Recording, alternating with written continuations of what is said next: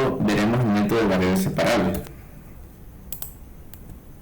El método de variable separable para ecuaciones diferenciales lo podemos considerar uno de los más sencillos para resolver ecuaciones diferenciales, es decir, ecuaciones que tienen primera derivada. Una principal condición que debemos de ver en una ecuación diferencial es que sea separable. Es lo primero que debemos de identificar en una ecuación diferencial. Entonces nos preguntamos qué es una ecuación diferencial separable. En una ecuación diferencial que se puede expresar de la siguiente manera, como podemos observar aquí. Como podemos observar, tenemos una ecuación en la cual comprende de dos miembros. El primer miembro está compuesto por derivadas y el segundo miembro está compuesto por funciones. En el miembro en donde están las funciones podemos observar dos. La primera es g y la segunda es p, con la característica que la función g depende de x y la función p depende de y. Si la ecuación diferencial la podemos expresar de esta manera, podemos decir que es una ecuación diferencial separable.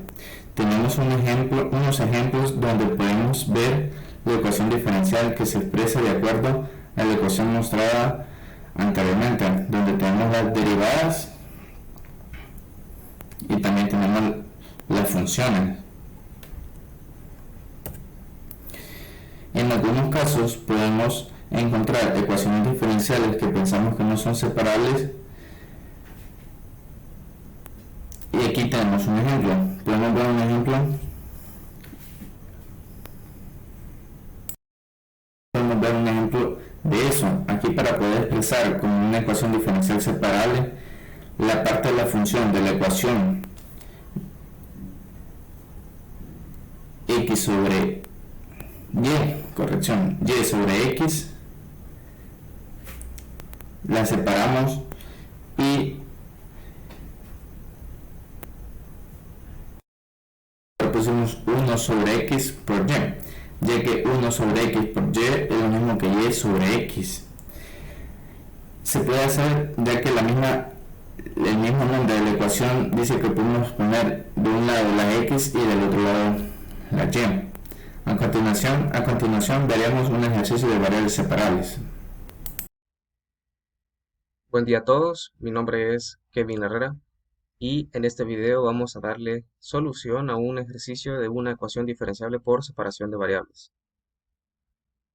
La ecuación que hemos escogido para este video es la derivada de y con respecto a x más 4xy igualado a 0.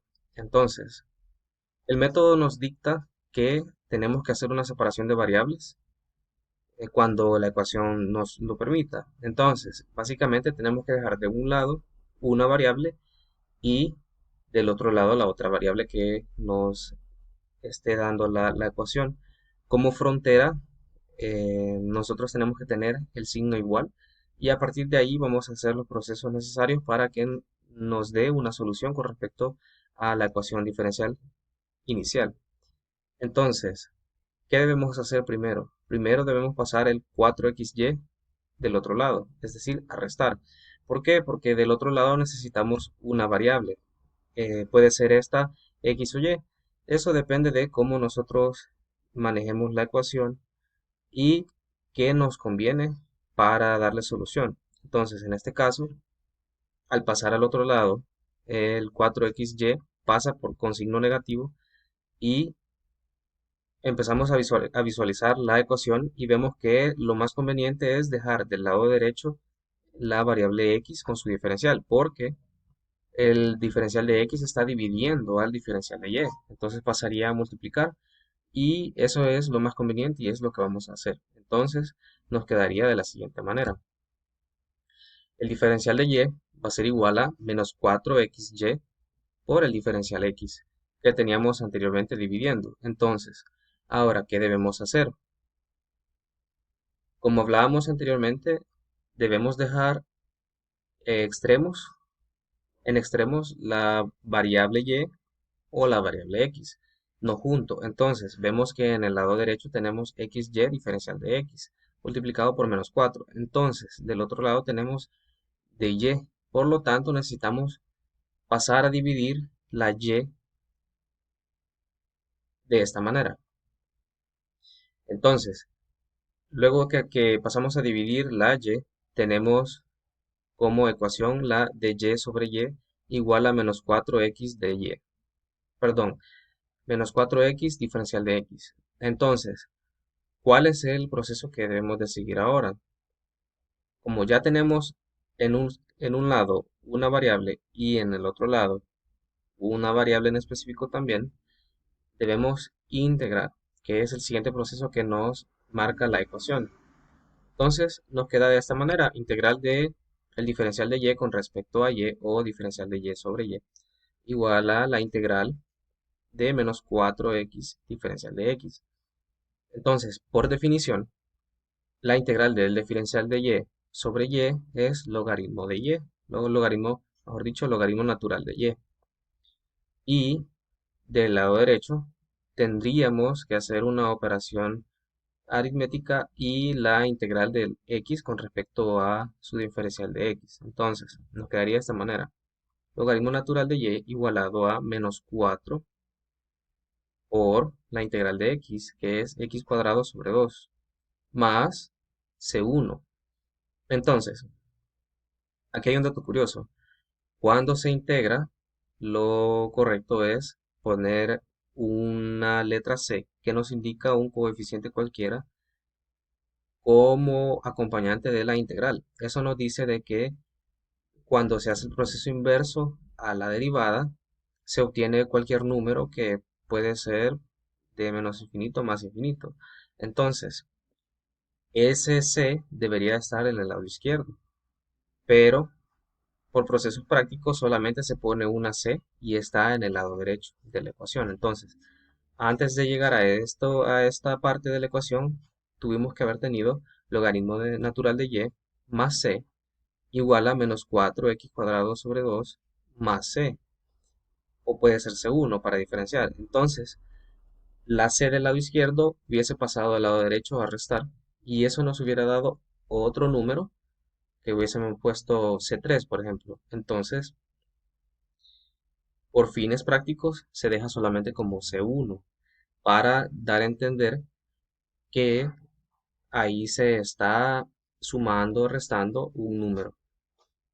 Ahora, ¿cuál es el siguiente paso a dar con respecto a esta ecuación? Debemos quitar el logaritmo natural de nuestra ecuación, pero para eso debemos elevar toda la ecuación con el exponencial o la letra e. Entonces, del lado izquierdo se nos va a quitar el logaritmo natural, pero en el lado derecho lo vamos a mantener, porque en el lado izquierdo ya tenemos el logaritmo natural escrito, que es el proceso inverso a la exponencial, pero en el lado derecho no. Entonces, antes de eso, perdón, tenemos la división de menos 4 sobre 2 y eso es menos 2. Entonces, aquí viene lo que les explicaba. Del lado izquierdo utilizamos el exponencial, que nos quedó exponencial de ln de y o e elevado a la n y. Entonces eso se elimina y nos queda solamente la incógnita que es y. En el lado derecho nos queda de esta manera, e a la menos 2 x cuadrado más c1. Entonces, ¿es este el último, eh, el resultado de nuestra ecuación? No, no es el resultado, porque podemos utilizar las propiedades de la exponencial que nos dice de que si tenemos en el exponente de la exponencial números que se están sumando, se pueden sacar y se puede dejar multiplicando. Como así, es el siguiente paso que tenemos ahí. Podemos ver el igual y dice e elevado a la menos 2x cuadrado y luego tenemos por e a la c1, que es lo que les estaba explicando. Entonces, ¿qué pasa? Recordemos que c1 viene de las ecuaciones de las líneas anteriores y c1 es un número cualquiera. Entonces, e elevado a cualquier número es otro número cualquiera. Entonces, ¿cómo nosotros dejamos escrito ese número cualquiera? Con una c. Entonces, en lugar de poner c1, en este caso ponemos c otra vez. Entonces, es lo que podemos ver acá, que nos queda e elevado a la menos 2x cuadrado por c. Y eso es igual a c por e a la menos 2x cuadrado, que es lo que tenemos acá. Entonces, esta es la respuesta de nuestra ecuación diferencial y con ello satisfacemos la ecuación.